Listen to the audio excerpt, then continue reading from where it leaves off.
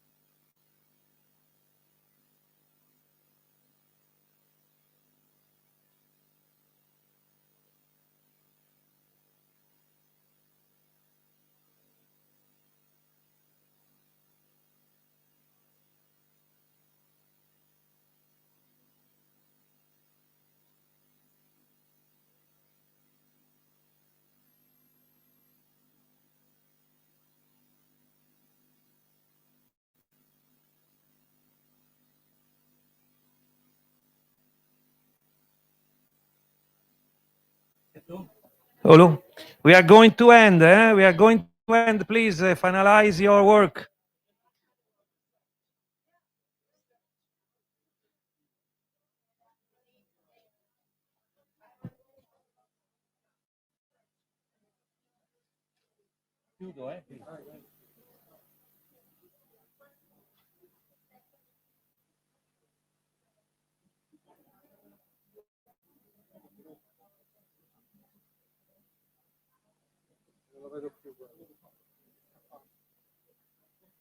Lo stesso, faccio due gruppi, se torna non si cosa.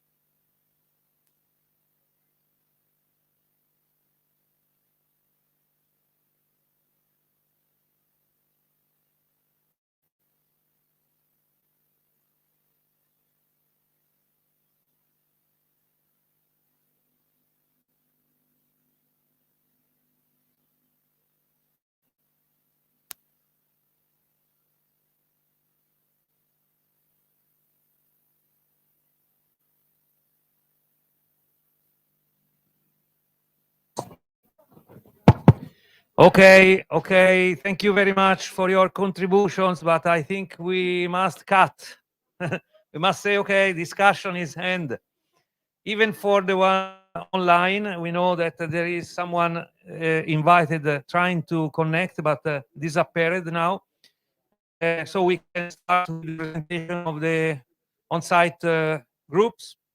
We can have a couple of groups from the room. So we expect voluntaries. I see here a group of voluntary. Okay, you can bring your poster. We can put the poster here.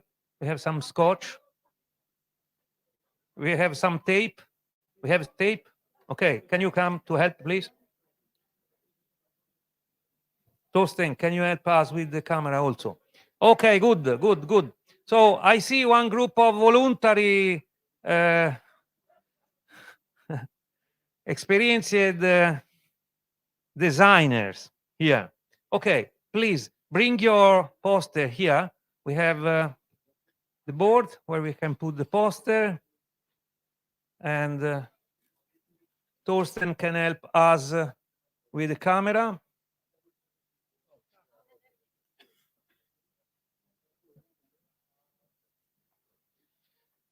Thank you. So we stay in this zone. We are in the camera, I think. Yes, that's good. Say hello to the ones at home. So please take the microphone and comment us the work that you have done. Or I can take the for you. Okay, thank you very much. So as you could see, our group was really, really active. Actually, it took us a longer time to decide on which aspect do we want to focus than to design the project. We get done this work really, really quickly. The point is we are coming from really different sectors. The things that we had in common, of course, it was social and ethical values and skills. That's where we wanted to focus. Entrepreneurship. And at the beginning, we could not find a way how to work together. But then we came up with the idea to create a staff training. So first of all, in order to have really good outcomes and values, we know that we have to have a really, really good team. So that's where we will start with the staff training. And the staff training will be focusing on promoting ethical and social entrepreneurship and social intervention. So there are lots of challenges that we face. First of all, our staff members, maybe, yeah, I think it's, yeah. So our staff members, they probably lack of tools and methodology, also digital tools. So we would like to train them on that. The understanding of know-how and the impact of their work. Also, the full awareness of the target group. So they are working with these people, but probably they still have to learn more about them. They have really tight schedule, and we would also like to train them on lifelong learning skills. As you know, this is a market where you cannot stop learning, right? We have to improve our skills all the time. So yeah, we would like to focus a lot on critical thinking, on reducing the cultural gap. Our methods will be, first of all, sharing best practice examples. So this is the visual side of our mobility, which will be, as you can see, as there are lots of different partners involved, starting from private companies, universities, high schools, NGOs. So really, really different profiles are in this circle. And what we would like to have couple of mobilities. Not every partner has to go to every single country, but of course that would be the best. So every single school will have case studies and best practice examples. It will be a lot of peer learning, and we will also do a big research. Our project's supposed to last 3 years, and hopefully the impact will be huge. We didn't have time to work on that, but we know that it's going to be a really nice impact. If you have questions, I think my colleagues, they also have a lot to share. Great. The group was very effective in so short time to produce a lot of ideas, and we have seen it's also a big group. We have several different minds in the discussion, but they have been able to summarize everything and to find common agreed solutions. That's also the meaning of this interaction, to put on the table and to negotiate and try to make a common solution. So this group was the group of social sciences, business and law as a main topic, but of course you include also other aspects in your mobility. I see another group here that was working very hard to finalize the presentation, but they are not looking to me, so I move to I moved to humanities and arts, because arts are more creative and probably they are still discussing, of course. But you can stop and present us what you have reached until now.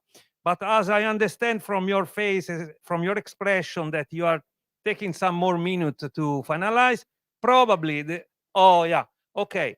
The group, okay. Can we have help with the scotch, please? Tape, sorry, tape. Okay, good. I would say that is a very complex chart, this one. It's very hard to be understood, but probably essential is the best. You want to put also this one? Not yet. Not yet. Okay, that one is the surprise. So, please, can you move here because of the camera? Otherwise, from home they are not following us. Okay, thank you. So the project is named Mentor.eu. Is based on the following challenges. We identified that the European values are not so sufficient promoted at European level, and why. Our response was there are not sufficient people able to transfer knowledge, or we cannot find them. In a way, we copied the Skillman idea, in a way, because our idea is to build a network of mentors at EU level and at EU level accession of the states that seek to become EU member states. I'm talking about Albania, North Macedonia, Serbia, and others, Montenegro, and so on. So, yeah. Some problems that we identified as tactical is lack of guidance for people that want to become promoters of EU values in education, lack of guidance, lack of proper contacts in between the educational institutions and not only, and between people that are interested in teaching, not in formal teaching, in vocational teaching. And the best solution for combating these challenges, these problems, was to build a network, in our view, was to build a network for mentoring people to create value by transferring value from someone that is able to do this. In order to do this, we intend to organize a forum, an annual forum, a mentoring forum at EU level. We design a center for sharing knowledge, and after that, we go to some activities, to recruit people for the network. For each member state, one person minimum, and after that we'll expand. After that, we will organize a lot of traineeships, a lot of job shadowing, and exchanges between institutions involved. So this is an idea in the making, but we intend to put this idea in practice. Thank you. Thank you very much. How many members were composing your group? Four people. 4 people from where? Albania, Spain, and Romania, the majority. Thank you very much. So I think now we are going to connect online participants, and we have Victoria Malia and Miranda Marsoku from the group Education, I suppose, if I have right understood. They are going to be connected online. Hello, Victoria. Hi, I'm Nice Victoria to be Maya. here. And Victoria, if you want, you can also share your screen if you have some board to show or whatever. So please we make do your not- presentation at the name of your group. It's right to say that your group was mainly focused on education sector. Yes, it's a general name because we are the only group online, I think. But we tried the other rooms, so we are 5 elements that could not find another room, so we are put together to try to work together. So we come from different backgrounds, for different parts of the world, for different specialities. What we have in common, it's education. So it's why we don't have anything to present yet, because it was a long discussion to find a common ground of work, because we are representing a network of universities from the Turkish university network. We have an association from TVET schools from Romania. We have an NGO from Albania. We have a network of TVET schools from Africa that I represent, from different countries in Africa. And we have from Bangladesh a TVET school that it's focused on social marketing, communication, and career counseling. So the common ground that we found was the TVET, and we were thinking about internationalization and quality TVET education within the European values. With interchange between the universities, the TVET schools, the part of entrepreneurship, marketing, and the capacity building of the schools, TVET schools in Africa. We spoke about some of the risks, but that's it. It's still very embryonic, because we are a group that was formed little by little. People was entering in the room, so we are a little bit late. luckily, Vittoria, that you had nothing to present, because otherwise you could spend 1 week to learn about all the different activities and possibilities that you have. And I think that, of course, that this has taken a long time to discuss what are the opportunities, because you represent such important and huge organizations. I imagine that was also difficult in the beginning to understand all the chance that we have to interact with you and with your colleagues. So the group was discussing anyway on the focus of education, and you have the chance to make mobility projects now. You are in contact and you can continue on this. It doesn't matter if you have not structured yet a detailed idea, but it's important that you started to put on the table what are the conditions and the possibility that you have. Okay, thank you very much. I don't know Thank if there you. is also Miranda. Miranda was in your group, Victoria, or was another group? It's the same group. Okay, good. So, but we have Miranda online from the... Yes, probably. I see sharing an icon. Yes. Sorry, Okay, can you hear Miranda, me? do you want to also report your impression in the working group? Very No, brief. my colleague covers quite everything, but as you mentioned, it was a little bit difficult to put in place all the backgrounds that each of us presented. Universities, NGOs, big networks. But I think that in the next days we will be more concrete and will come out with any concrete activity or idea. Good. Thank you very much. Big applause for this contribution. Now I think the arts group is ready to come. Okay, otherwise we have other voluntaries here. Okay, please come. We need a triumphal march for this, but okay, next time. Crossing the room and arriving here. Please put it. Okay, we can just put on.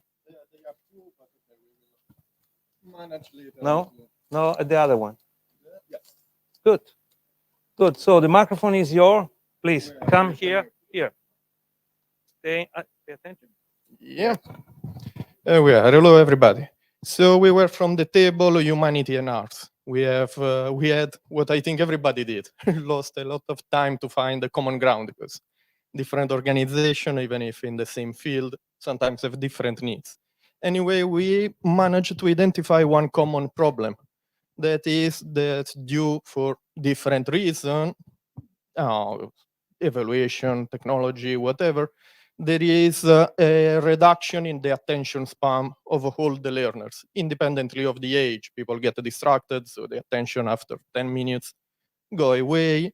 So we identified the need from the trainees to be able to explain and to teach in a more attractive way, in a more innovative way that is more interactive, and they can integrate different kind of what we identify as exactly storytelling technique that includes different also tools, digital and not only. We have a partnership of 5 countries, some of them being both hosting and sending organization. From Belgium and Denmark will be only sending, and the Spaniards one will be more an intermediate organization helping with the management and all the preparatory activities and implementation of the different activities.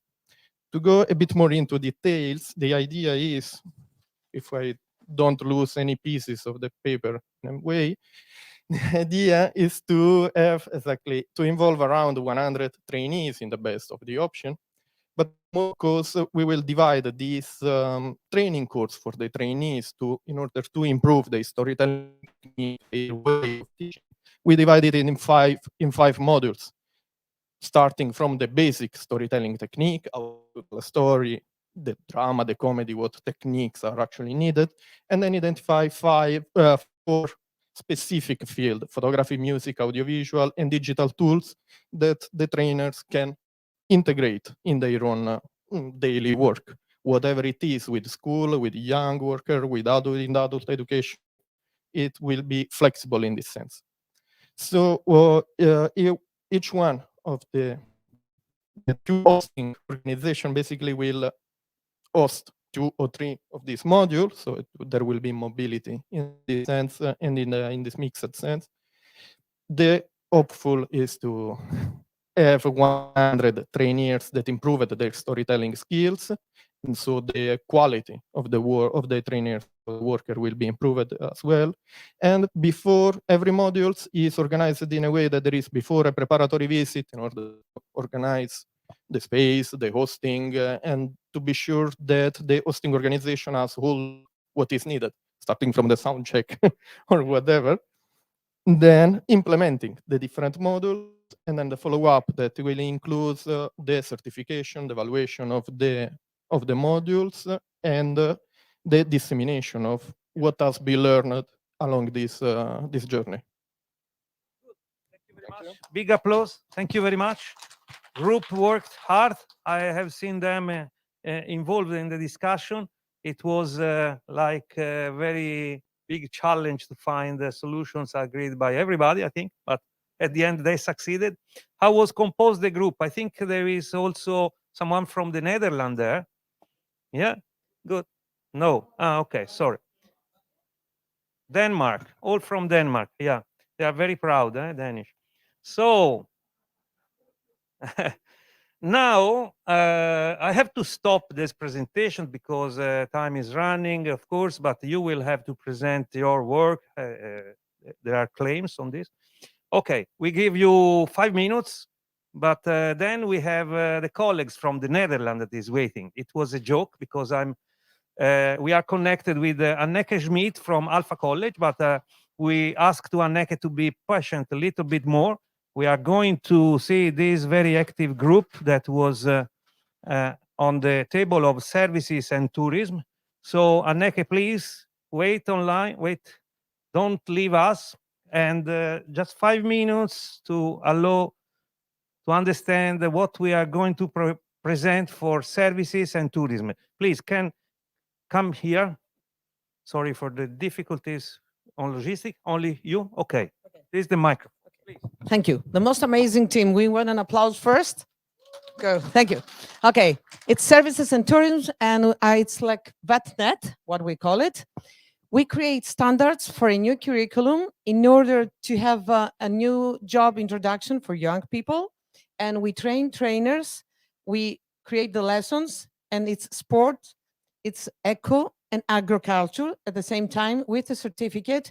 And we try to engage the exchange of visit, the training, and it's 2 things that we're proposing.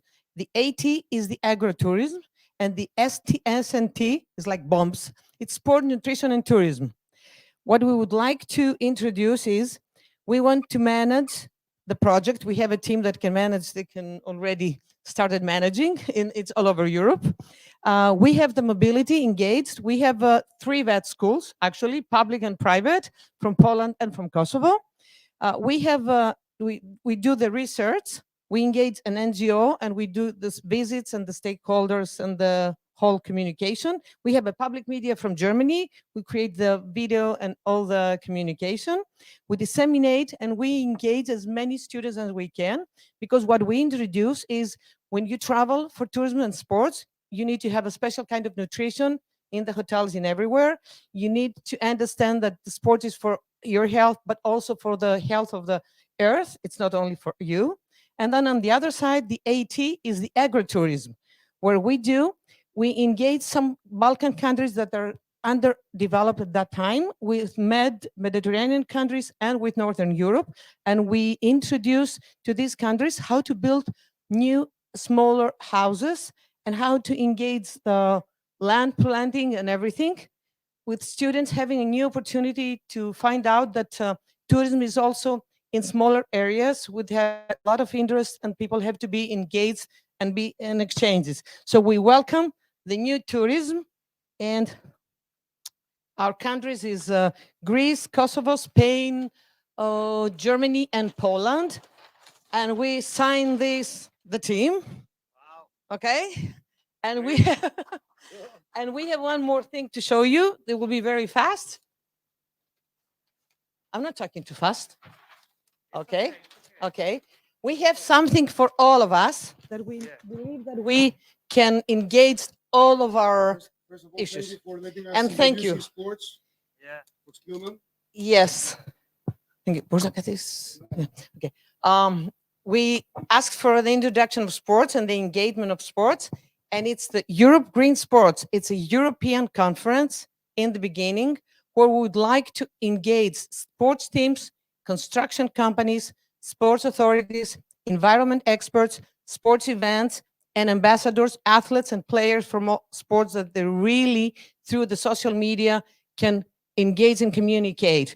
What we would like to do is a huge research on how much energy, on what we're doing in the environment by having all these amazing sports, which we do for our health. But when we run, we throw the plastic bottles, we do all this dissemination with t-shirts that we throw away, with a lot of lights that they turn on in sports events. So we want sustainability for this sports tourism. We engage mobility. We have an evaluation of all the findings. We create an award for the teams and the sports authorities that they really disseminate this and they promote it. We give certificates, we make a standardization, and from then on, we can have the trainers and everything that can start a new era for the sports. Great. Okay, thank you. Amazing. Thank you very much. Thank you.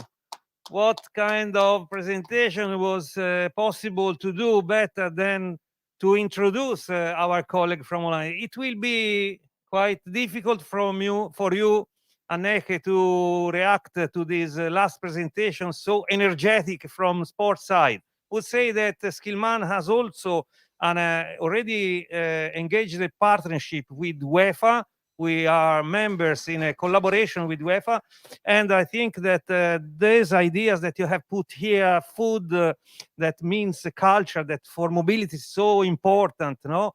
To have also attention to the planet, sustainability, and through exercise and through attention to what you consume and so on, I think is all the sense of the Erasmus Plus meanings. So thank you very much for your presentation. Another applause, please. Thank you very much.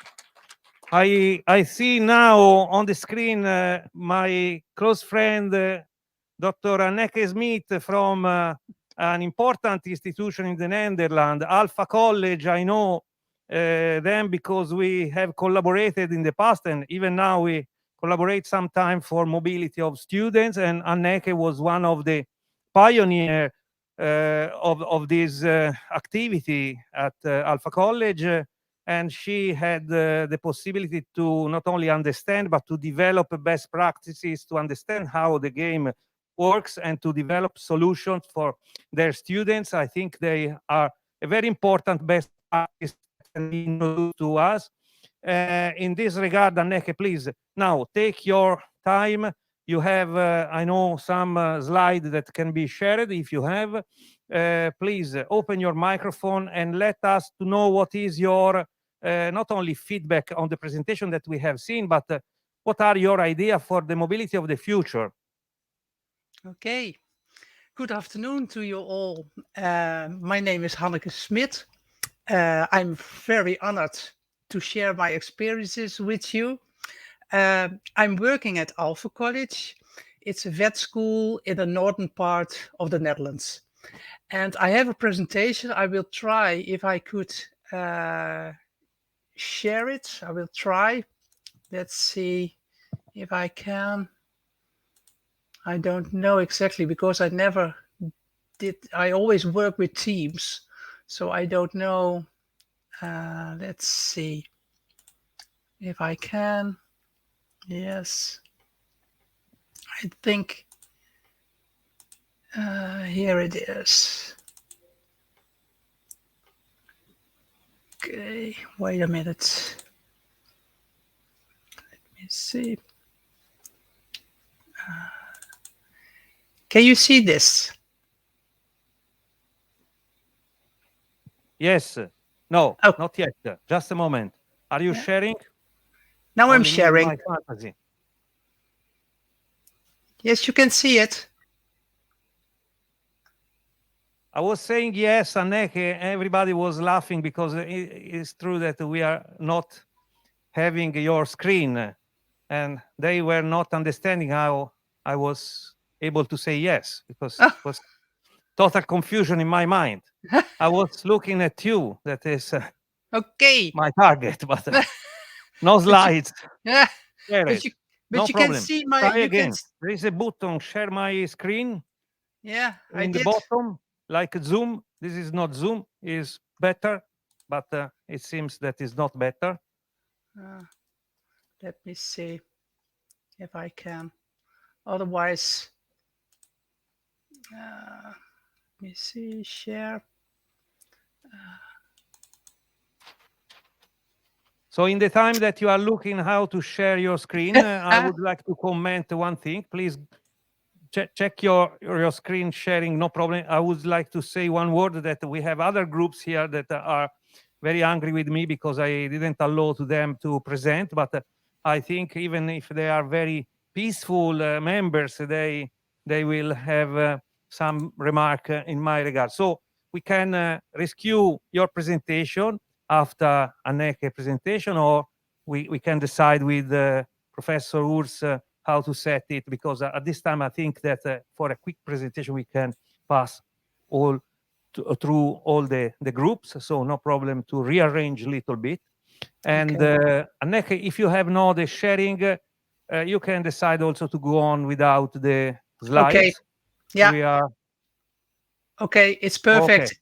And then I will send you. No I problem. already sent you the presentation, so you can send it to your participants, and I can tell Absolutely. everything. All materials will be all in the platform. Part of them are already published and part of the task and assignment.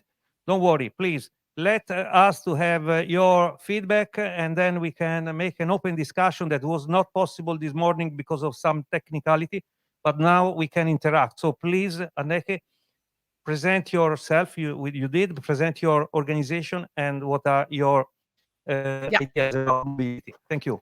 Okay. Yes. First of all, I will tell you a little bit about Alfa College. As I told you, we are a vet school in the northern part of the Netherlands, and we have around 12,000 students between 18 and 24, and it's a lot. But we also have a lot of schools in our provinces. So in every school we have around 1,500 to 2,000 students, so total 1,200 students and around 1,000 members of staff. And of course we have a lot of teachers and directors and everything, but the most important thing is that we have our students inside our college. As a college, we have our international priorities. As a school, we have a strategic plan, and following that plan, we also made an international strategic plan, and it is called Together International Learning. And we say together because social inclusion is important for us. Everyone could join an international experience and an international activity. And in this plan, we pay attention to be international competent in a world which become a very small world. And so international competence is important on your profession, during lifelong learning, and in your own and in other societies. And you have to deal also with a multicultural society.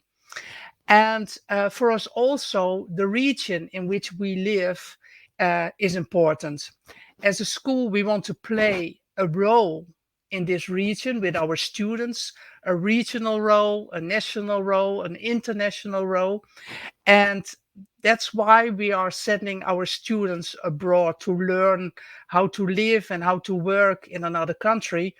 but also we do a lot of internationalization at home, that we send our students to company in our region in which the company has also international staff members. We have a lot of companies where employees from other countries work. So it's important to know how to work together.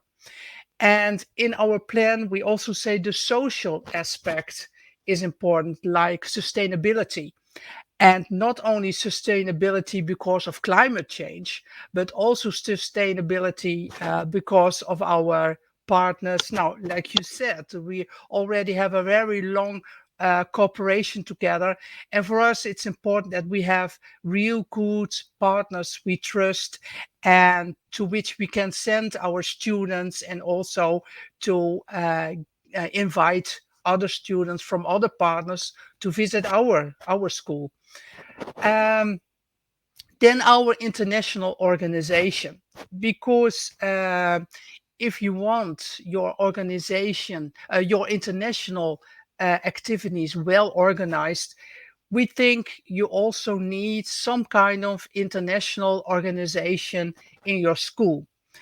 And as I told you, we are in the northern part of the Netherlands in 3 provinces, so we are a little bit far away from each other. So that's why we decided to organize internationalization centrally, but also in every location, in every city we are, we have colleagues who support internationalization. And that's why we have 2 platforms in Alfa College. We have a strategic international platform in which in every school there is a manager or the director in that platform. And every 8 weeks we come together and then we discuss our strategy, our policy, our vision about internationalization. There we decided how to deal with the COVID situation, that we really like to send our students to go abroad, but then you need some kind of international procedure that you know that your students can safely to another country, that the country is willing to invite your students. So that we, and for instance, 6-7 years ago, we only sent our students in Europe. But then after some years, we decided in that strategic platform that also we can send our students to Australia or to India or to the United States. So all kinds of strategic decisions are made in that platform. The other platform we have is an operational international platform. And in that platform, a lot of colleagues of mine are in that platform, and they support our students to go abroad. And how do they support them? They support them to find with the students good internship, and sometimes together with organization who organize those internships. And the colleagues, they try to find a good match between the internship and the educational program of that student. And those colleagues, they support the student also that they have a very good program, because we not only send individual students abroad, but also groups. And we really have to look that it is a good program for a group, for instance, for 2 weeks. Also, from the colleagues in that platform, they support our students to fill in all the Erasmus documents. It's a lot of administration and bureaucratic forms, so we have to support the students and sometimes to translate it, because sometimes it's really difficult with difficult English words. And we also give the students information about the fund, about Erasmus Fund, and what are the conditions of Erasmus funds. And then at least, but it's really important, we tell the our students their responsibility when they go abroad. They are a guest abroad, they are in another country, and there's a lot of different cultures. For instance, the Dutch are generally very direct speaking persons, and sometimes we are not really polite for others. So we learn our students when they go abroad that they have to be polite and not to be that very directly way of speaking, and that's a very important task of that operational platforms. Both platforms we see every 8 weeks, and the experiences of our students are that they say they have a really life experiences. They really grow somehow. They learn a lot.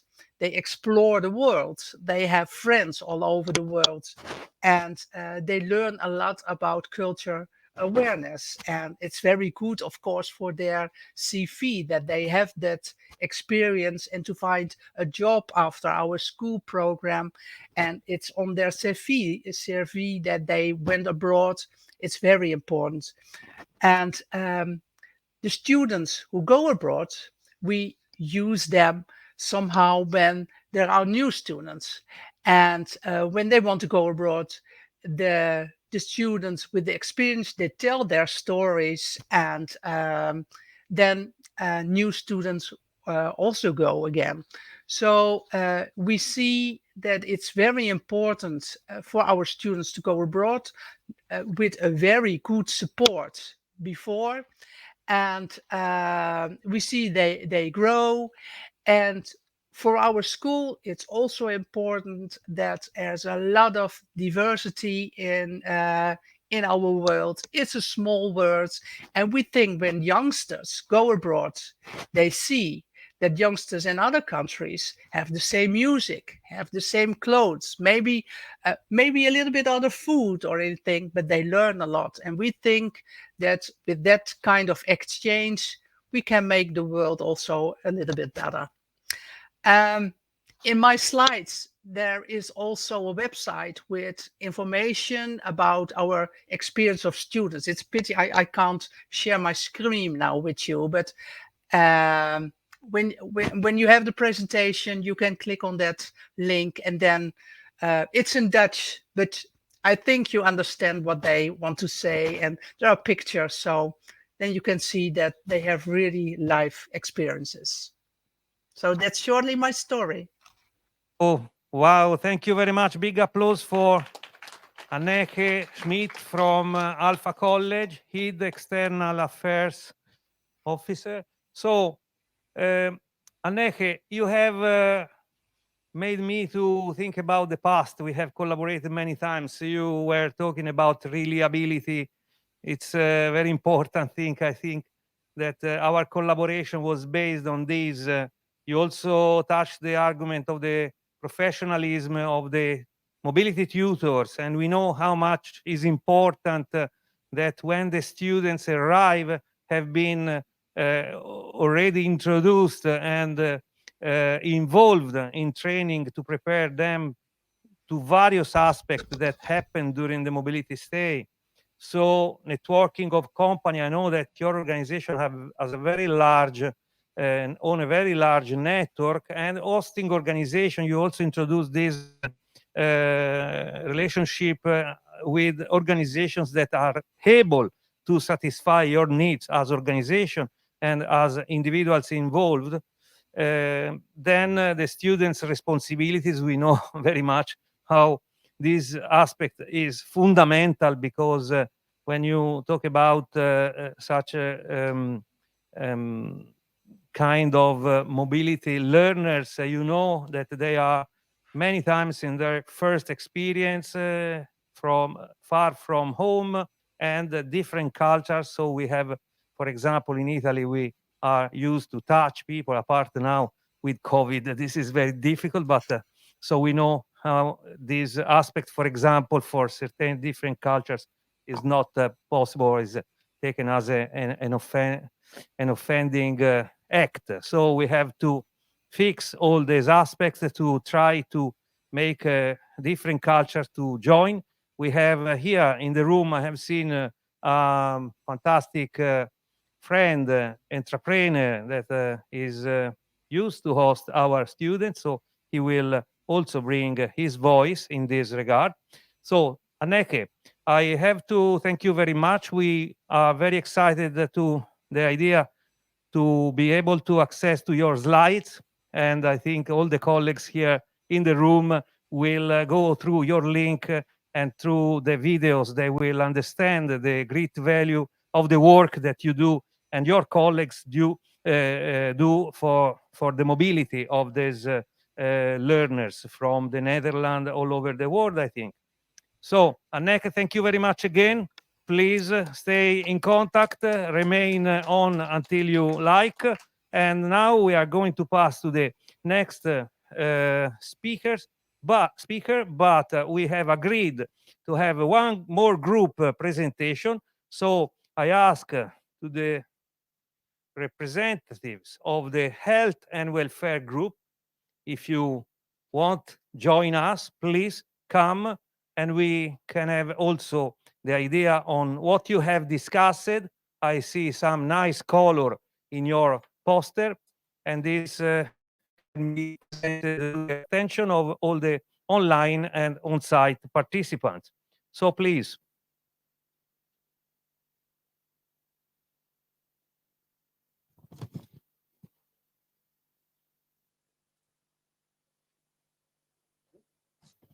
That's good.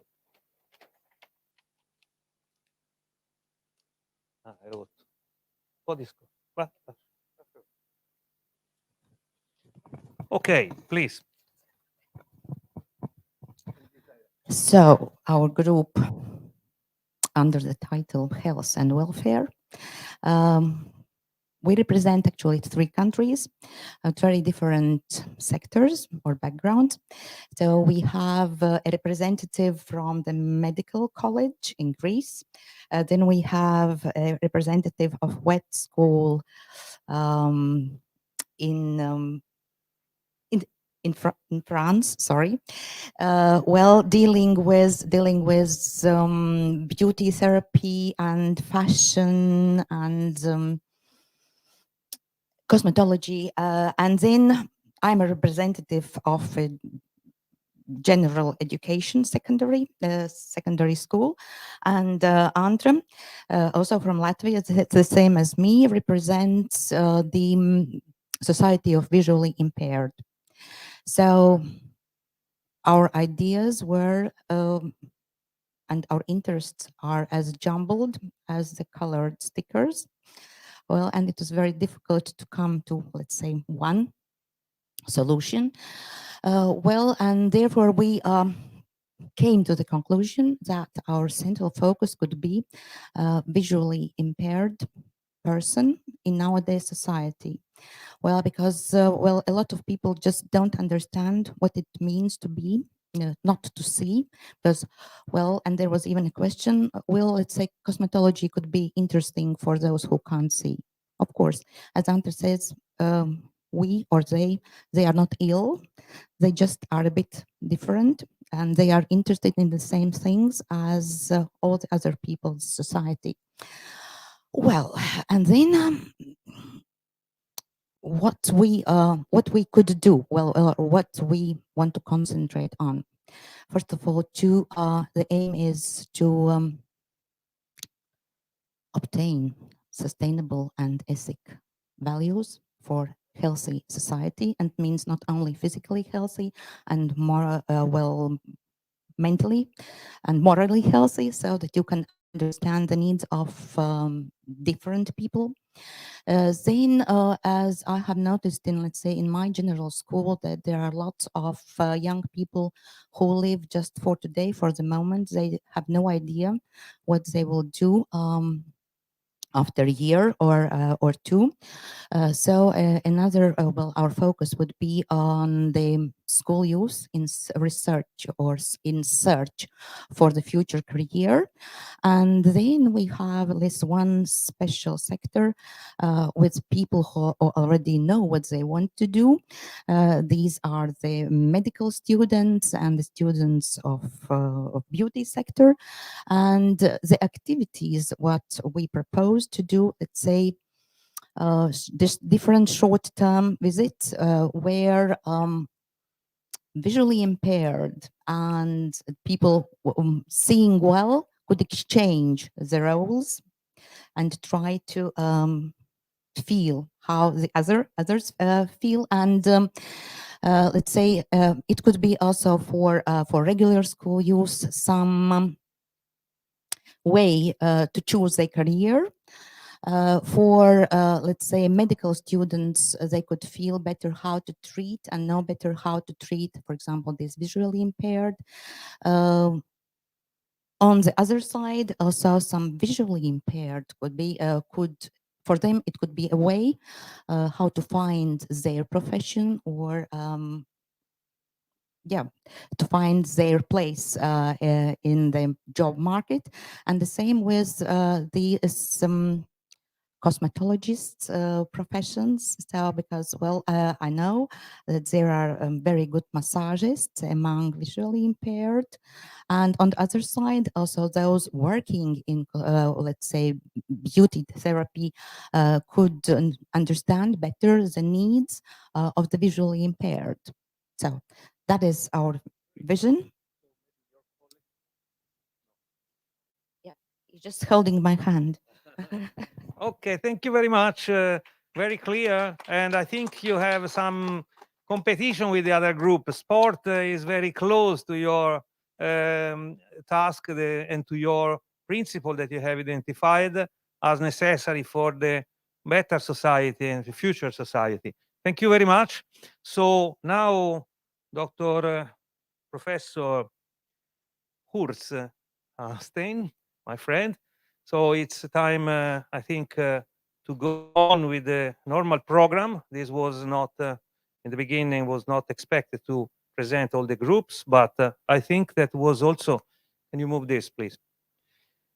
That was also nice to have an immediate feedback, fast feedback from the works online and on site. And so this is a sort of introduction to your speech, because we have defined several challenges, I think, but then we have to reconduct them to the learning and to the recognition of these learning periods. So we have also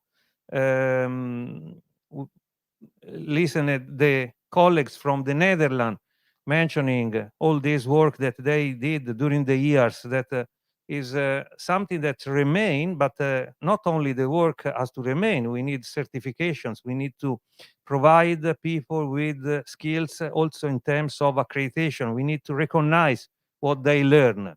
And so Professor Hauenstein is an expert in this field. I say that he has taken the leadership in the Skillman network in driving the discussion and the reflection on the need of accreditations and how our work can be connected with the Europass system, of course, EQF principle and so on. So we expect now to have piles of very intelligent reflection, I think, suggestions and directions on how we can put all these aspects into our project proposals. So please switch on the microphone and try to use the screen sharing that is already set. My colleagues will put on your screen and then you can show your slide. Just a moment. The screen? Yes. We have already this. And here? Okay, perfect. Many thanks for the invitation, Giovanni. And what I have seen now, yesterday evening, and of course today, that there are many expert colleagues already here. You. Okay. So I really think that many of you already are experts in your field. I give you one example.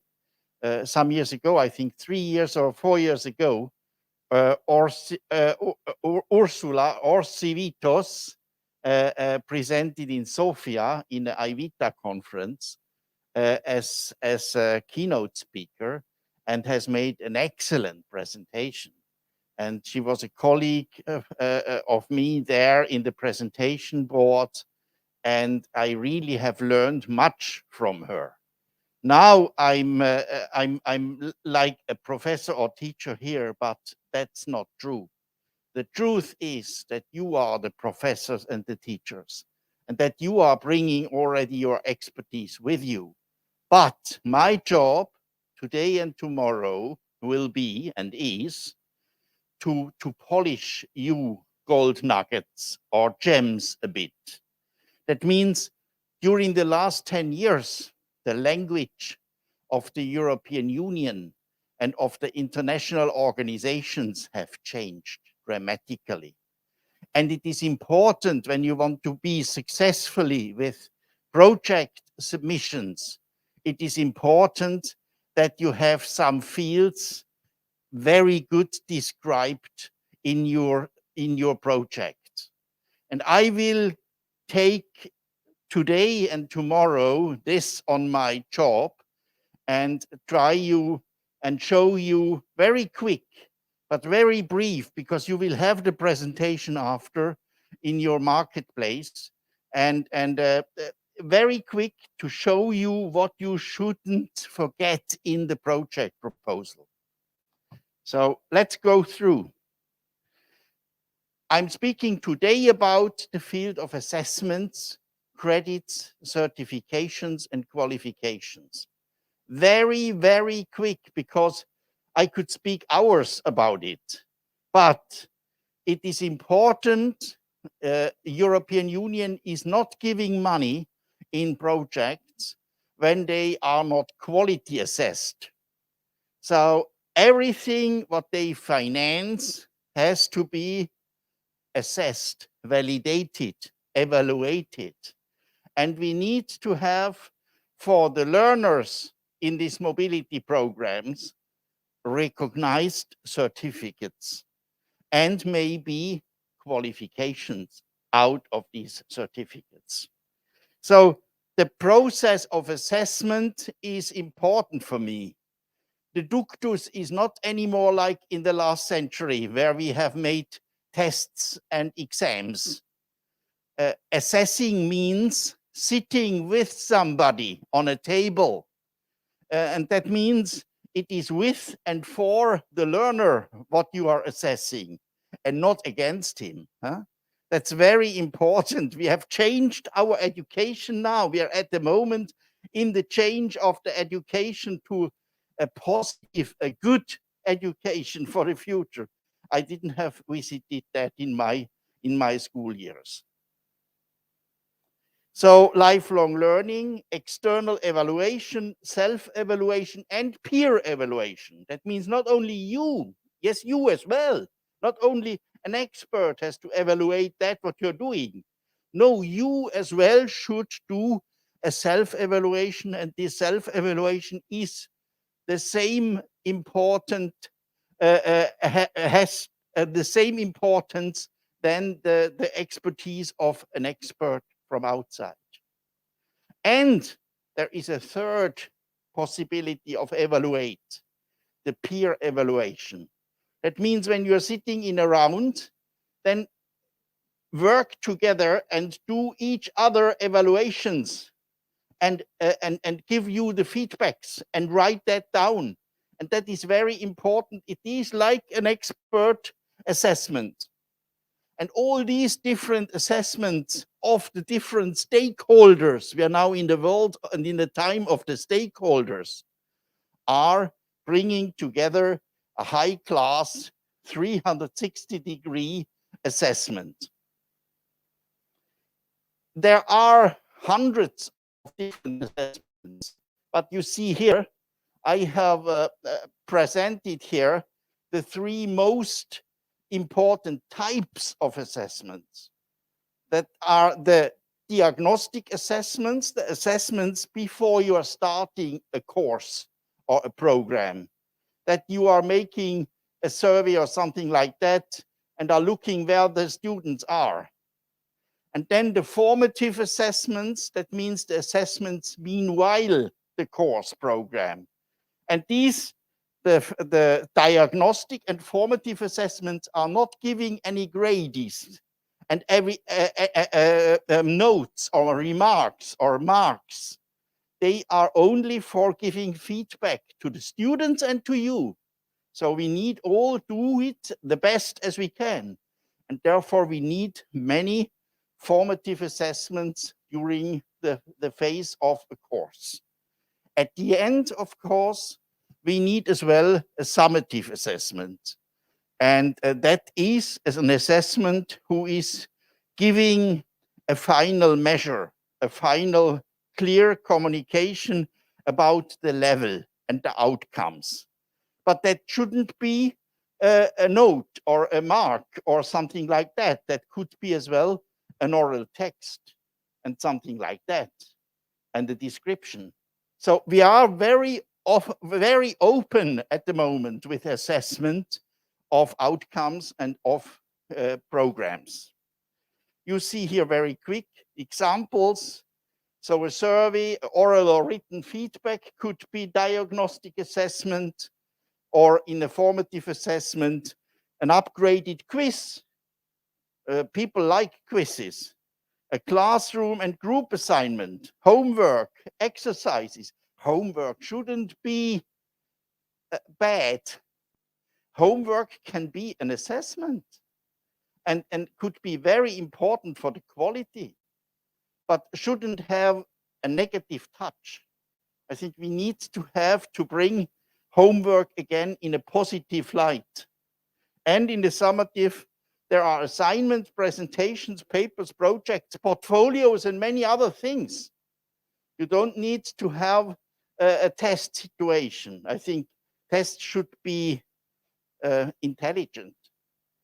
Many, in the past, I often say tests and assessments, and I studied test psychology at the university on the bachelor level. You should know that. And I said, really, tests are measuring everything, but not that what they say they do. It's really incredible what we got hit as learners in our careers, so-called careers, and it was not the truth. It was really not the truth. And I can't understand these teachers, these professors, these assessors, that they can accept that and live with that in their life and die with that. Because they have really hidden many learners and have stopped learning careers and learning results, and they could do it in another way. So I have developed some years ago the so-called Competency Propeller. And you can see it here very quick. We are very happy now. Before, when I was young, I had only accepted the red part of the propeller in learning, the formal learning. What I have learned in school was accepted and could be assessed. Now, since nearly 20 years, by gosh, are the blue and green fields as well. That means we are at the moment able to have formal, non-formal, informal, and incidental. Incidental is learning by per hazard, who wasn't intended. We can use that, and that means we are learning day and night, and not only in school, and not only in high school. We can really learn everywhere. We learn in life. And that is the way how it should be, because it's lifelong learning. So you see here again, the learning, the formal, the non-formal learning. So there are so many pathways. When you're unsure, please have a look on the internet. You find thousands of links to this. But it's important that you understand everywhere, all forms of learning are officially accepted and recognized by Commission decides and by your educational ministry who has ratified that. The new goal is to have learning outcomes. That means results. We are now in a result-oriented school where we want to see the final result. What did education has changed, has developed? Is there a positive impact in the education in your programs? And therefore, we're speaking about learning outcomes. And these are the new definitions of learning outcomes from the European Union about knowledge, skills, and competence. And please don't say skills and competences, because skills are a part of the competences. And I'll show you that here more detailed.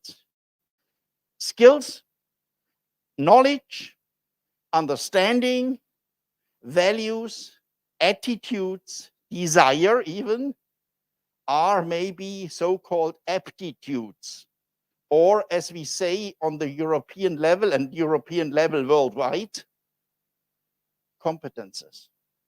And when we are going then to the key and core competences, we are speaking about the competencies.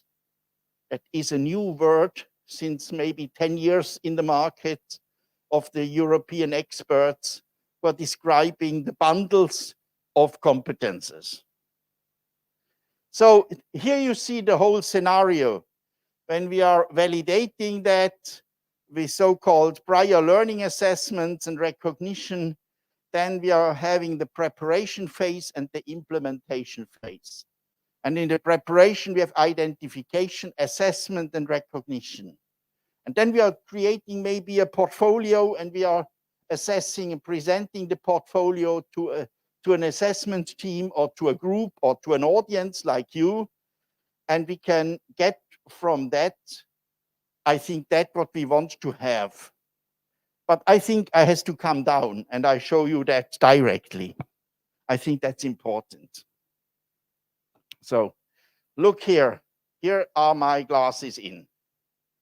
Oh, falling down. Oh, I can lift that up. You understand? I could do that. It's maybe per hazard. Oh, I can lift that again. So this activity, lifting the etui of my glasses,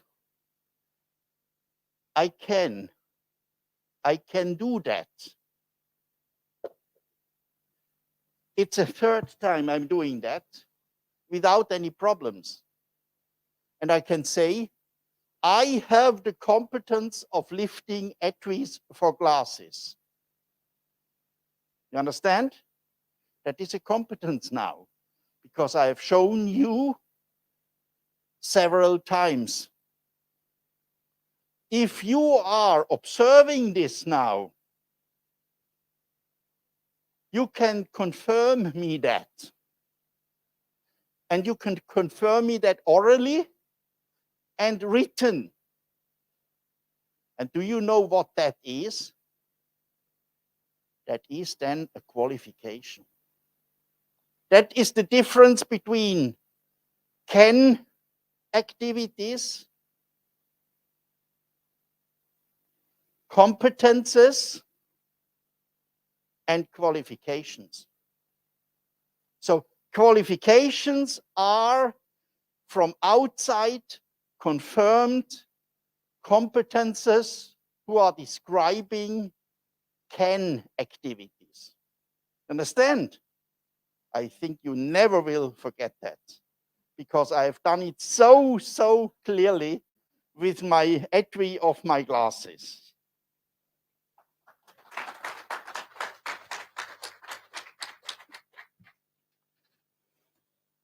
But that is the job of education. Education should make fun, and education should really provoke something. And we have in every nation, we have that described in the so-called NQFs, National Qualification Frameworks. And we have created some years ago an overarching framework, a benchmarking limit, who is called European Qualification Framework, EQF. And you should know that because in these frameworks, there are the so-called ECTS credits. ECTS credits you find, they are created by the European Union, but you find them worldwide. That they are the European Credit Transformation System points. That means when you are doing learning, you can measure learning and you can give credit points for this learning belonging to the level and where you do it. When you do it in the university field in higher education, then they are ECTS. But when you do that in the professional field, then they are ECWET, European Credit Vocational Education Training points. You understand? And you can do that in Africa, you can do that in Malaysia. So at the end, we have to have a look about the recognition of prior learning, because not only the learning now is accepted, as well your learning you have done years ago is accepted and recognized. And there are 3 forms of recognition of prior learning, because you don't forget your learning when it is a good learning in 1 year. Badly counted, it goes in your subfield of your brain. But you can bring that up and refresh it. That means you don't forget it. If you don't have any problems and diseases, then you don't forget it. Then learning is for life, a lifetime. That means the accreditation of prior learning is validating your learning results from the last years. And there are 2 special fields.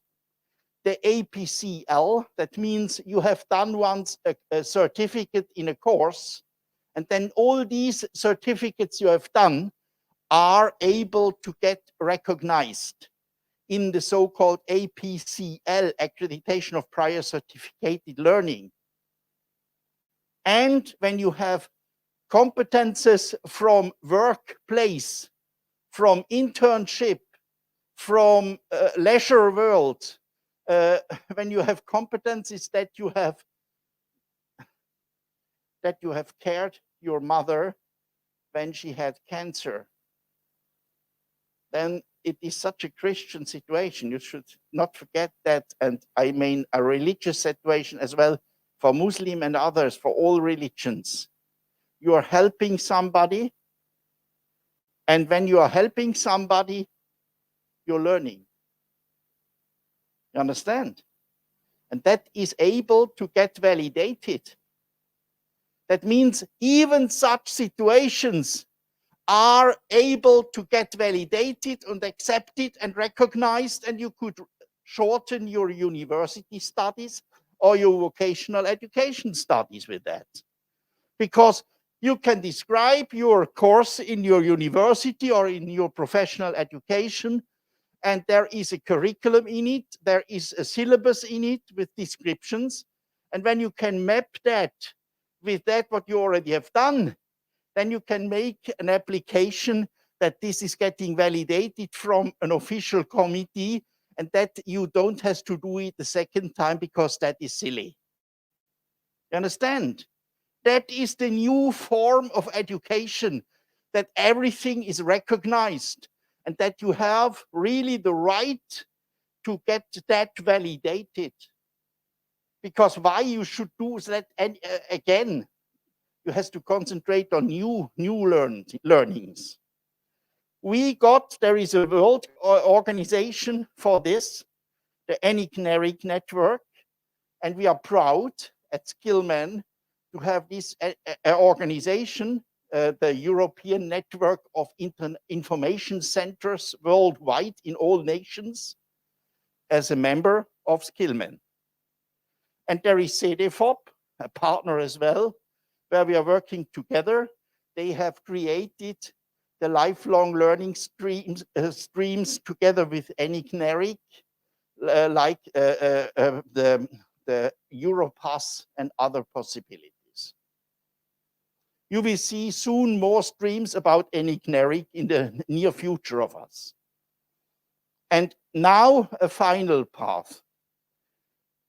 When we started with APL, APCL, and APEL with the accreditation of prior learning, then many educational ministries, they signed it 2008 in London, I was there, but they don't have used it everywhere. Therefore, in the last years, the industry came. We have one participant here. Where is he? From online learning. Yes, here on the back. He is from an industry who is doing online learning worldwide. That means now it is open and possible to have online learnings not only from the ivory towers, from the universities or from the schools. There are good providers from the industry who are doing that and who are supporting the universities and the professional schools. So micro-credentials, you have heard this ghost name, is accepted worldwide.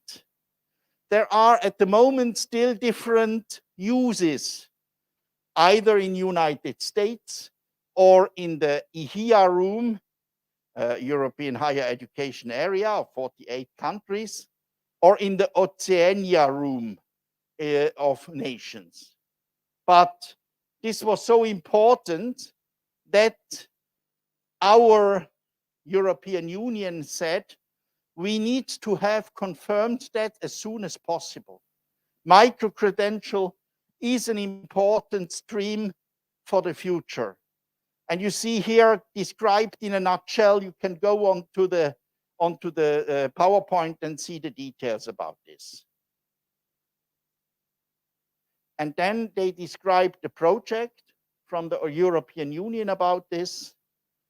And everybody was d'accord and thought, yes, we need that. It shouldn't be only short courses, as the UK people say. It should be much more. It should give us really the possibility to get the courses validated. And for us, it's really a small heaven, you know, because it is giving something back to the learners. So here, building blocks for the European or international work with micro-credentials. I was in this committee, and therefore I have given you here the details how it is used for the future. But it is important that you really should use micro-credentials in your projects because it's now on the agenda. And at the end, you see that last December, really in time, the European Commission has given a proposal in dissemination about the use and the implementation of micro-credentials worldwide. And that means within the next 2 years, we have really the stream that micro-credentials are recognized and accepted and will be used and matched and mapped to existing degrees and qualifications. Yes, for the end, I say there are 3 really recommendable publications online as a PDF. That means the one thing from CDFOP, empowering adults through upskilling and reskilling pathways. You know, that is the game now. I will show you tomorrow a video about this. And from the World Economic Forum. And the second one as well, as a second version of this, And then I really can recommend as well the Future of Jobs report, a new report within the last 2 years from the World Economic Forum and the Boston Consulting Group. Many thanks.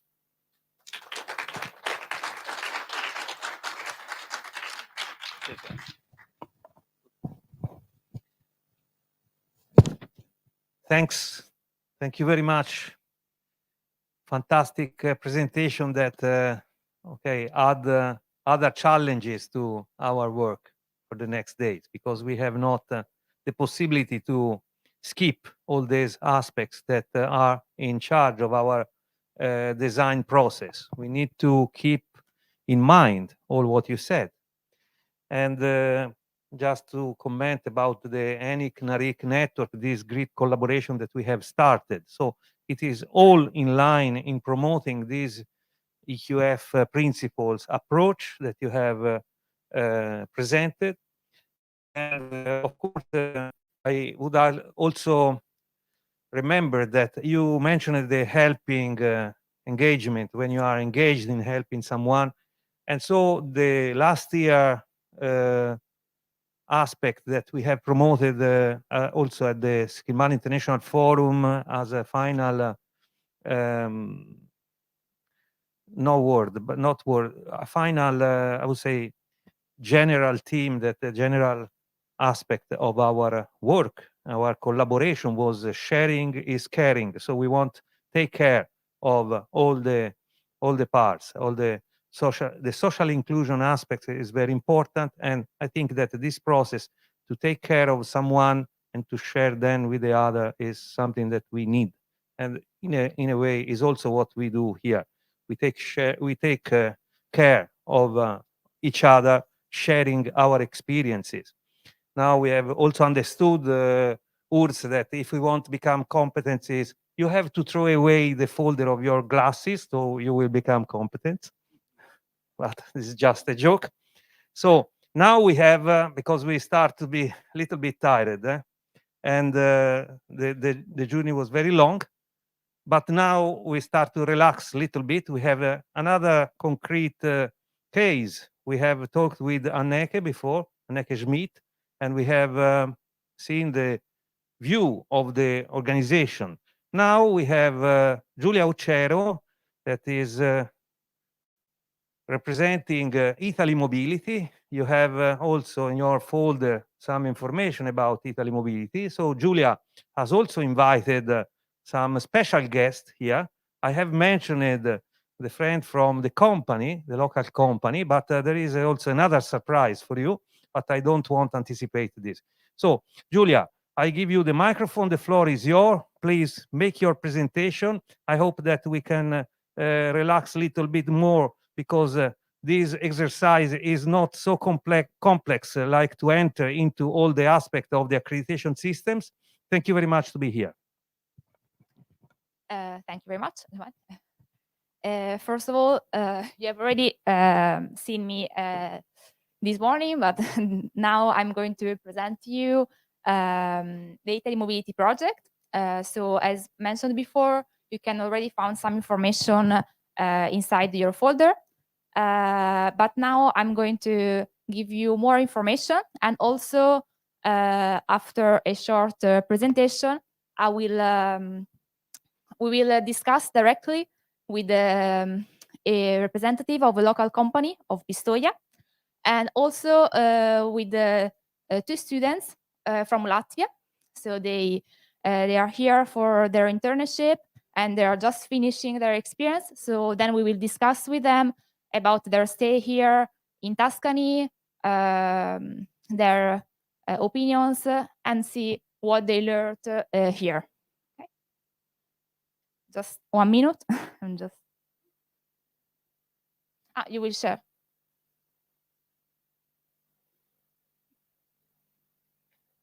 Yeah. It's not. But.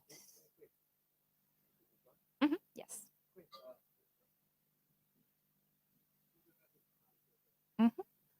Okay. Just some seconds.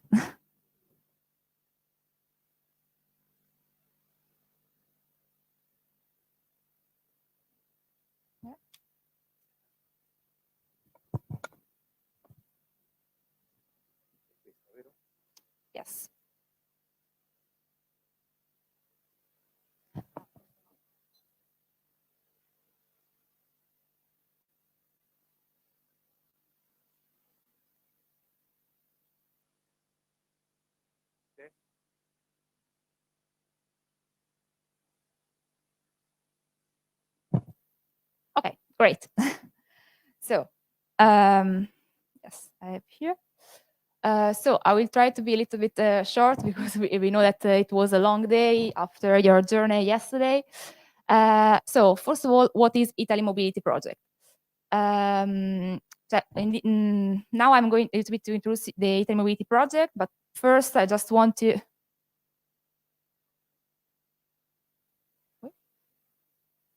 Oh, sorry. Okay, so you already know me. I'm Giulia, so I'm the coordinator of Italy Mobility Project. And later you will also know Richard Rodions, two students from Riga Mechanical School, and Angelo from Autosport Service. First of all, what is Italy Mobility Project? So Italy Mobility Project is the learning project in the field of vocational education and training, which CSCS is managing coordinator from 2006, so more than 15 years. And through this learning initiative, hundreds of students from all over Europe has already had a great experience here in Pistoia or Prato or Florence. As you can see from the map, and as you, the people who are here, you know, Pistoia, which is just the next stop after train stop after Montecatini Terme, is in a very good position because by train you can reach Florence in just 40 minutes or going to the other direction, the coast. So for students, it's a very good strategic position. There you have the main square that probably you will visit in the next days. Let's talk about what we can offer to our schools and partners. The first one, which is the most important, is the work placement. It is very important to analyze the curriculum of the students. So we prepare a project for each student. And after this first analysis, then we start contacting the most suitable host companies. Then, of course, if the school or the university needs support for the Erasmus Plus documentation, we support them. And then, of course, we provide also insurance for the work placement, so everything is fine for them. And then the last day, as we will see later, we also provide a final evaluation and a final certificate. The other very important service is the tutoring and support. Indeed, we always follow the students during the stay, not only the first day. During the first day, we organize the welcome day because we think that it is essential to give all the information necessary for them. So not only about the work placement, but what to visit, if they need support, because maybe it's their first time living abroad. So we support them in different aspects. Then we go with them to the company. So we introduce them to the company. That's also very important. Then we also, during their stay, we stay in contact with trainees, but also with the companies, of course, because feedback is always important. If we can improve something, we try to do it. And also through surveys, different ways, different tools. The other main service is the accommodation. So we can provide, we can offer accommodation mainly in Pistoia, where we are based, but also in other part of Tuscany. All our accommodation have shared bedrooms and common spaces, kitchen, living room with Wi-Fi, of course. We also deal with the bed line and towels change. And if required, we can also provide accommodation here in Montecatini, for example, in hotel, and with the bed and breakfast or Alfa board packages. As additional services, if the clients and the students prefer, we can also organize a Italian course, a language course, which is also very important to communicate and to learn more about the Italian culture. So we have different programs, but now I will just skip it as we are a little bit late. But of course, you can contact me later or ask me more.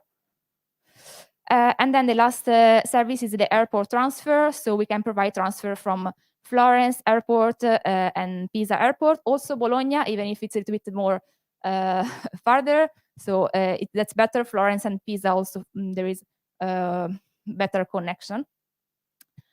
In general, we have seen in these several years that students have several benefits during their stay in different aspects. Of course, the first aspect that we think is the professional growth, because Italy Mobility mainly deals with internships.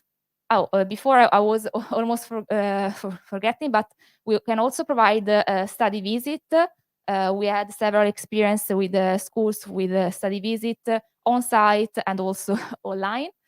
Well, about the professional growth, we have seen that normally, of course, the trainees learn new professional skills, explore different working methods, which is very important to compare, because probably sometimes that's different, but compare is always good for their growth.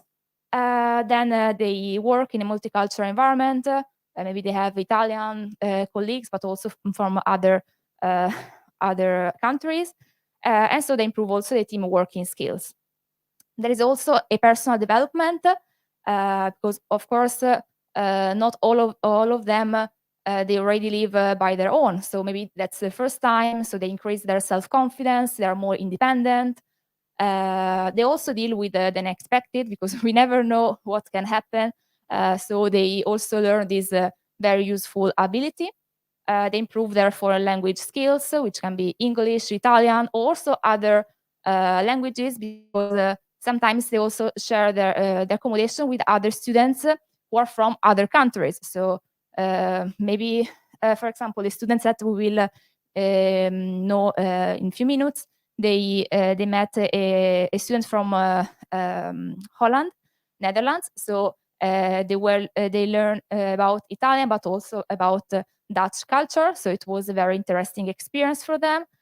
And then there is also social development. So new learning about foreign cultures, but also have develop a new approach of life. So we hope that students then they go back home with an open-minded vision, which is very in general also like in their future, it can be very useful for them.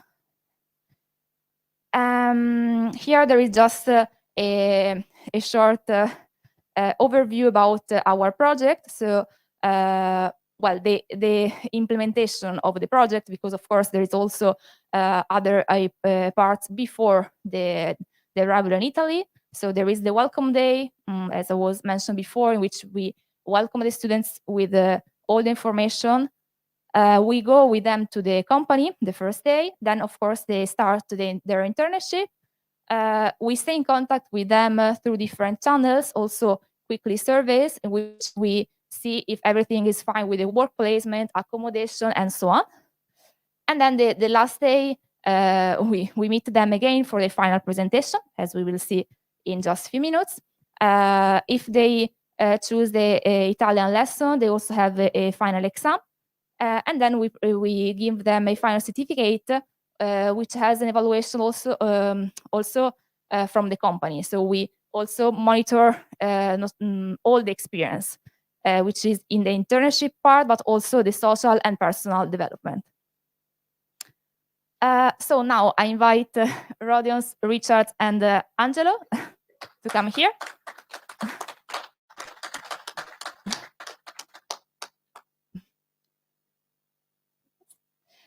You can stay. Yeah. Well, you can stay over there. So yeah.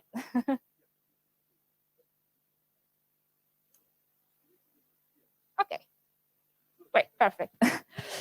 Okay. So as I was mentioned before, here you can see that we have the picture with Richard and the Rodions on their first day.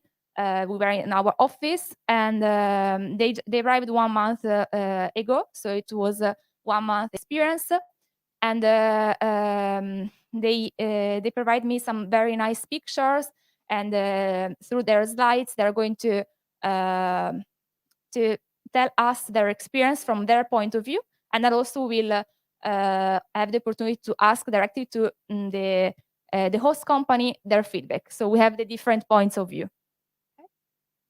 I was sorry. Here just have the activity of the welcome day with the benefits and the challenges. If yeah. Just 1 minute. It is an activity that we always do on the first day. We reflect on the benefits and on the challenges of this experience, because of course at the beginning maybe here we can see that they were worried about the different culture, stay away from friends and family, and then they also told me about the benefits that they thought that they would have. So later we will discuss directly with them if they agree with their first task on the welcome day, of if they would like to add new benefits from them. So Rodions, he stays in Autoequip in Pistoia, which is a mechanical office, which already hosted several of our trainees with very good experiences. Now I will leave the floor to Rodions to hear his feedback. Good evening to all. My name is Rodion. I am a student of Riga State Technical School in Riga. And last month I was working in Autoequip company. Autoequip is an official dealer of Citroën in Italy. What this means? That means that Autoequip have exclusive law to sold new cars and do some service and repair it using exclusive program from Citroën. Yeah, here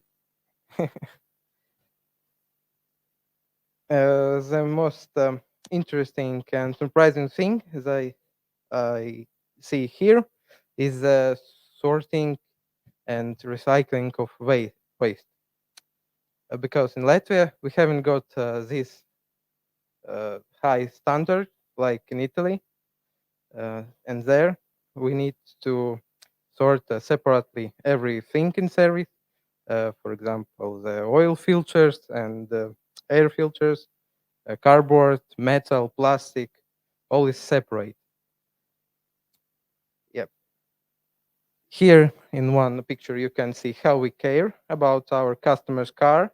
We use special bags to protect seats, use special carpet to protect car from mud, dust, and another bad thing in service. Yeah. And this is most regular program. What we need to do, this is service. We need to change oil, all filters, check all liquids, check all moving parts, wash the car, of course, and other operations. Yeah. Thank you very much, Rodions, for your experience. Yes. Yeah. It was also a little bit a challenge for him maybe to be here and present to all of you. It was also something new for him, so thank you again. I have just one question for you about the work placement. How was working with international new colleagues? Was it difficult, or everything was fine? Most difficult things is to find a language on what we can communicate, because it's very hard to understand what client want, what you should do, and how you need to say it to clients that your custom is ready and you take a car. Yeah, this was a difficult thing. Okay, thank you. So even if there was some differences, but finally you reached to complete all the tasks that you had. Now I also leave the floor to Richard, who had a very good experience in autosport. Later, we will also listen hear the opinion from the tutor, the hosting tutor. Yeah. So Richard. Hello. My name is Richard, and I'm from Riga State Technical School, together with Rodions. So the autosport service. Initially, it seemed to me that I was not gonna have enough experience to be working with the Ferraris and Maseratis and Porsche cars, but my doubts quickly dispelled when I get closer to service staff. They were sharing confidence and acknowledging me step by step, and it was amazing experience to be working with a. How can I put the next slide, Giulia? Yeah, I had an amazing experience to be working with the professionals. They showed me how to be changing engines and fixing them in gearboxes, and at the service, work organization is on the highest level. So a lot of service centers in Latvia could really benefit from experience of autosport. And by the end of the internship, I was really proud of everything that happened, and it's a good feeling inside.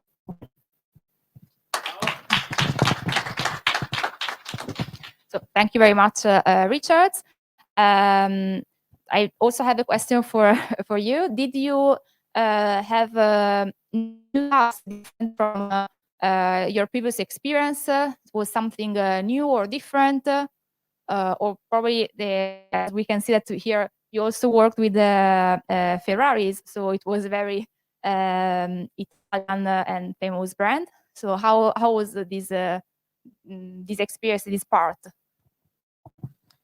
Yes, that was something new for me, and in our country where we live in the Rodion, we don't have a lot of Italian cars, and service center for Ferrari we don't have at all. So the most, as I say, the most part that I was fighting inside of me, that I will not get enough experience and skills and knowledge to be working with so expensive machines, but it has a step by step, like you do that, and you get closer to the people who has done it for years. So it's new for me, totally new, and thank you for that too. Okay, thank you to you. And now I would like to also involve Angelo, who works in Autosport, so it's a host company. They have been hosting students from all Europe. So they received students from Spain, Latvia, Finland, Austria too, I think. So I would like to ask you, well, how was the experience with Richard from your point of view? And in general, what do you think about this experience from your, I mean, it's in some way enrich also your company, your team workers? Okay. Angelo will will talk in Italian, and then I will translate for him. Okay. And also, that's a very important aspect, as Rodions was mentioned before. Not always the companies, all the people speak in English, but most of them, yes, but not all of them. So when we have, maybe they know English, but not in a very high level. But this, it's not a problem normally for us, because that's also a challenge for them, for students to learn Italian, or also to find other ways. So maybe they use a translator, or that in Italy we also do a lot of gesture. So that's also a challenge. So, but but yes, with just hands, or just. But the important is to find a way to communicate and to reach the goal. So to give the opportunity to the student to learn, to improve, and at the same time also for the company, I think it's something positive. But let's see what Angelo. Ok, buonasera a tutti, sono Angelo Bartoletti, titolare dell'Autosport e Service in Pistoia. E niente, ospitiamo già da anni ragazzi da ogni stato quasi d'Europa, diciamo, e ci troviamo sempre bene con queste esperienze rispetto anche ai nostri ragazzi italiani, troviamo sempre una spinta in più per apprendere, per lavorare, per fare nuove esperienze. L'ultima esperienza con Richard è stata... Yes, short translation part. So Angelo is said is the owner of Autosport. They've been hosting students, several students. They already have experience with the Italian students, but they like also to give this opportunity to students from other countries, because sometimes they also see a different approach, because maybe they are here, so they also want to use this opportunity. Dicevo che con Richard comunque è stato l'ultimo ragazzo che abbiamo avuto dopo diciamo, questa fantomatica fine della pandemia, e anche per quanto riguarda la lingua comunque ora sono a parlare solo in italiano, però un po' di inglese scolastico ce la caviamo, e vedo che comunque sia siamo riusciti sempre a interloquire con lui. So it was said that with Richard, this last experience, well, it was the first one after since the pandemic. Actually, they also had another student at the beginning of 2020. So it was the experience, the new experience after this period. But everything was fine, and he's happy about his internship with them. Oh yes, and it was saying that even if he has a school English school level, they managed to communicate. So for them it was not a problem. E niente, il percorso, la prima cosa da effettuare con questi ragazzi è cercarli di farli sentire a casa, perché in quanto le problematiche di lontananza, spesso questi ragazzi sono molto giovani e cerchiamo anche di farli stare a suo agio, insomma, più li affianchiamo a noi per cercare di fargli apprendere il più possibile dall'A alla Z la vita dell'officina, che può essere dall'ordine dell'attrezzatura, la pulizia anche di avere sempre dei capi addosso puliti, perché meccanico non vuol dire unti, sporchi dalla mattina alla sera, diciamo. So it was adding that another important aspect for them, it's also to make the student comfortable, because they are far away from home. So they like also to feel them in a good place, to cooperate in a good environment with the colleagues. And also then, of course, they show them all the tasks. That also is very important also to wear clean clothes. So different aspects. Not it's not just the real task, the practical task, but also all the experience in general. So that's an example of a company who really care about the student. Okay. Vuoi dire qualcos'altro? Yes.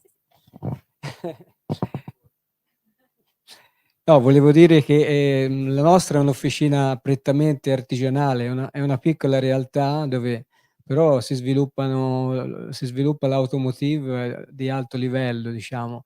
Quando vengono questi ragazzi vedo che sono sempre illuminati da questi motori che sono sempre, diciamo, sui carrelli, sempre fuori dalle macchine, rispetto magari a una concessionaria che dove diciamo il lavoro viene sviluppato in un'altra maniera. Noi siamo ancora alla vera realtà motoristica, proprio dove mettiamo le mani dentro al motore, dentro al cambio, rispetto a diciamo a automobilismo proprio di consumo, ecco, siamo un reparto diverso, diciamo. He was adding that autosport deals with with very high level cars and moto. So for them, it's very important also this aspect of respecting, and also they say that most of the time the student, it's the first time that they see this kind of environment, so that's also they are glad to show them this their environment. The last thing. Yeah. Niente, volevo dire infine che comunque anche noi, come io e Michele, che è il mio, diciamo, socio di lavoro, siamo sempre felici di ospitare questi ragazzi perché dare opportunità a dei giovani che oggigiorno veramente trovano sempre spesso le porte chiuse ovunque, per noi ci fa, diciamo, ci rende molto felici, ecco. Grazie a tutti. I'm just going to translate this last part. It would say that for them, they're always very happy to host the students, also because they give them these opportunities. Because sometimes also in their countries, maybe they found the door closed, so because they have maybe no experience. So this international experience is something very important for their curriculum, and so they're just happy about. Being involved in this mobility project. And now I just going to show you the very couple of slides about their experience. If you can just please. Yes. So we just leave Richard and Rodons to add just a few information about Pistoia and other city visited very quickly, and then I will give them their final certificate. That's their last day here in Italy. Tomorrow they will fly back to Latvia. So yeah, this month we're living in Pistoia. Pistoia, like any other cities, have pluses and minuses. Thing I like it is that Pistoia is a compact city and it have a good infrastructure. That means you have a lot of bars, cafes, restaurants, shops in 15 minutes from home by walking. Yeah, this is some nice photos from old city of Pistoia. It's pretty nice. Yeah. This is my pictures. Yeah, photography one of my hobbies. Yeah. This is a photo of Central Square, Piazza del Toro, and some pictures of all the walls of city and some pretty good old quarters. Yeah. thank you very much, Rodons, for this transformation of Pistoia. I think that now participants, they are looking forward to visiting Pistoia in a couple of days. And now just I will also leave the last for the last slide to Richard to describe also that in their free time they visited some very nice places here around Italy. First city that we visited was Florence, and big thank you to Giulia who organized this trip to the Florence with a professional guide who did an excellent job, who was teleporting us through the history city of merchants. We did visit Pisa, Lucca, San Gimignano. All of those places were really breathtaking and spectacular, in my opinion. But the most that I remember is Rome, because we were there around 11 o'clock in the morning, and we did see all touristic places in the city. We walked more than 30 kilometers on that day, and we were just totally out. But we did visit the Vatican. Here is not a picture of it, but it was for free to enter there, and we had good photos for all of the places. So thank you for that too.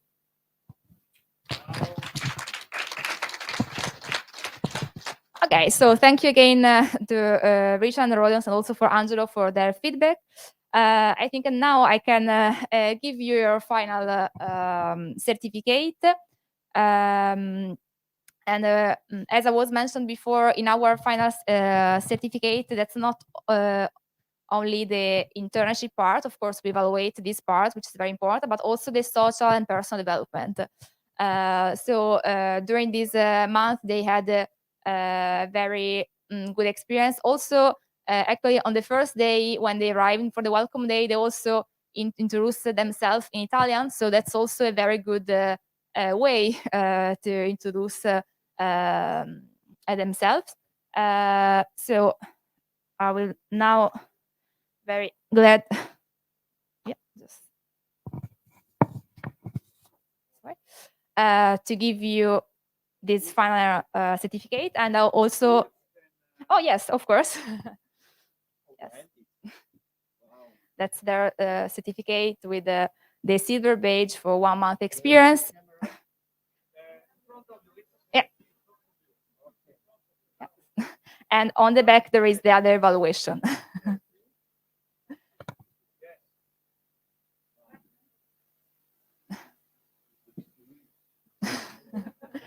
And this certification is also in line with the Europass certificate. So also for their future, they can also use it.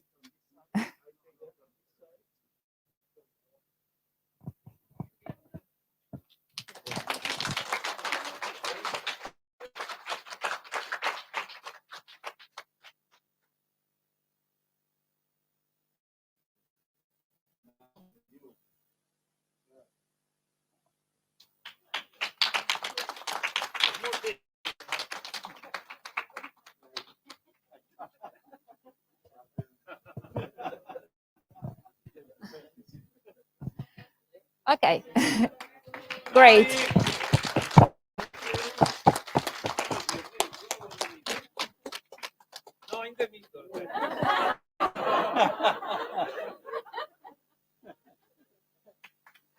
Thank you.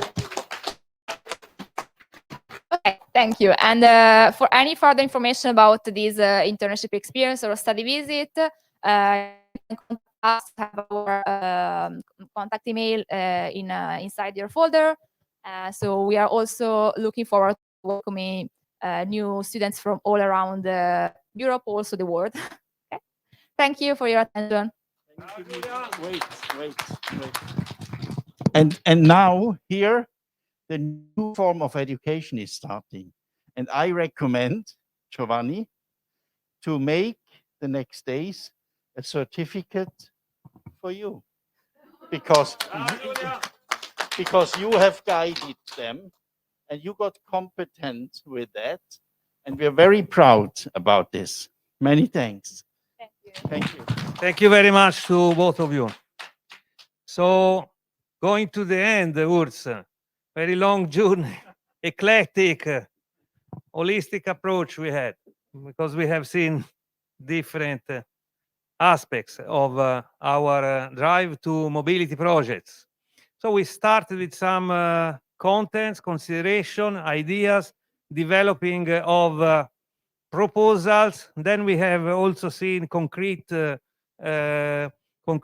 contributions from colleagues that manage and deal with mobility from long years ago. we have seen now a concrete example of how to implement mobility projects, and this program that is started so many years ago and also was mentioned a little bit, but one important aspect also that is reconnect to sharing and caring of people and colleagues. Not only we have also groups with special needs. Something was just a flash, but it's an important aspect of mobility for special needs, for people with special needs.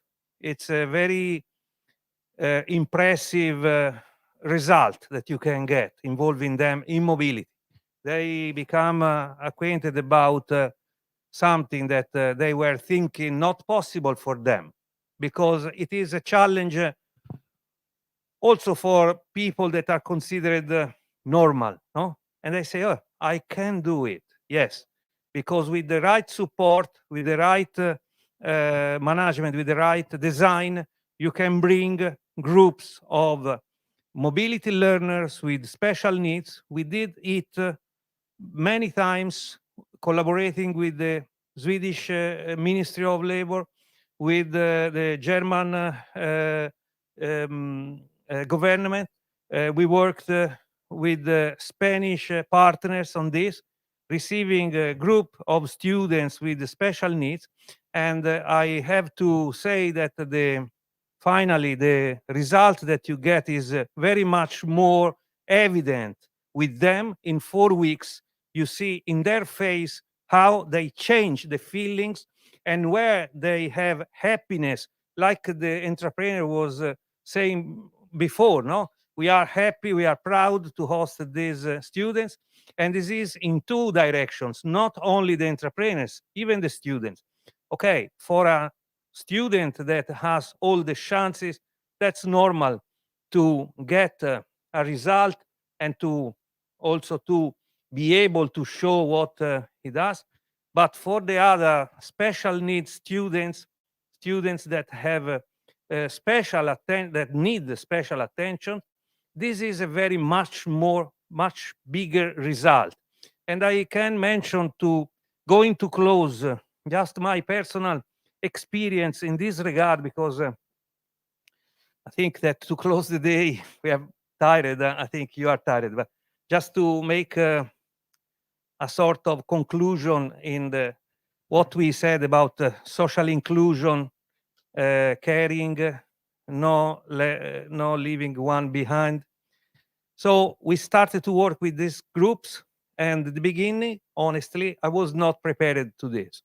And this colleague from Spain was insisting with me, "But we can do it. We have these groups of special needs students. Normally, we do different kind of activities with them. Why we cannot bring them to you, to Tuscany, to have a real concrete mobility experience?"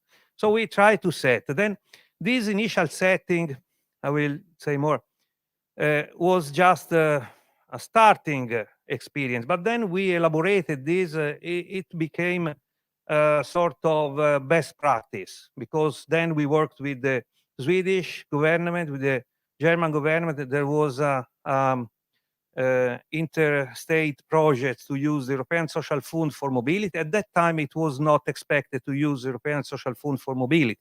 It was something new. Anyway, in 2006, we moved. In 2008, we moved the first group with special needs students, and we brought the students to their workplaces. This was the first experience abroad for the majority of these guys, with different characteristics. Totally missing self-confidence, I would say, and other kind of difficulties that they were facing in their own lives. And at that time, it was impossible for some one of them to think at an autonomous life. They were totally depending by services. Okay, we brought these two young learners in a company. The company was, of course, a protected environment in a company belonging to the municipality for the recycling, waste recycling. They were involved in the office side, not in the production part. So we we brought them by car, the tutor from Spain, because these groups were organized having one tutor 24 hours, two persons on site for 4 weeks. We brought them, and then we said, okay, you remain here. There is the company tutors, you can stay here. And they were very surprised about this, no? Because they were not used to be left alone in a situation like this. They were looking like something strange and say, yeah, stay here. We introduced them and we left them. These two